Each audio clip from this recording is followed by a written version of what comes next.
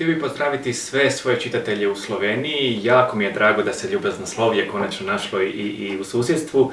Ta knjiga je ostvarila jako lijep uspjeh u Hrvatskoj. Nadam se da će u Sloveniji biti lijepo dočekana. Kada sam je pisao, htio sam o ljubavi pisati onako kako ona zaslužuje.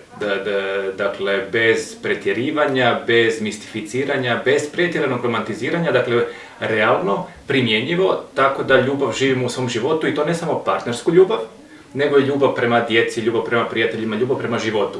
Mislim da je jedna od velikih zabluda koju vežemo uz ljubav je da je vežemo isključivo za partnerski život.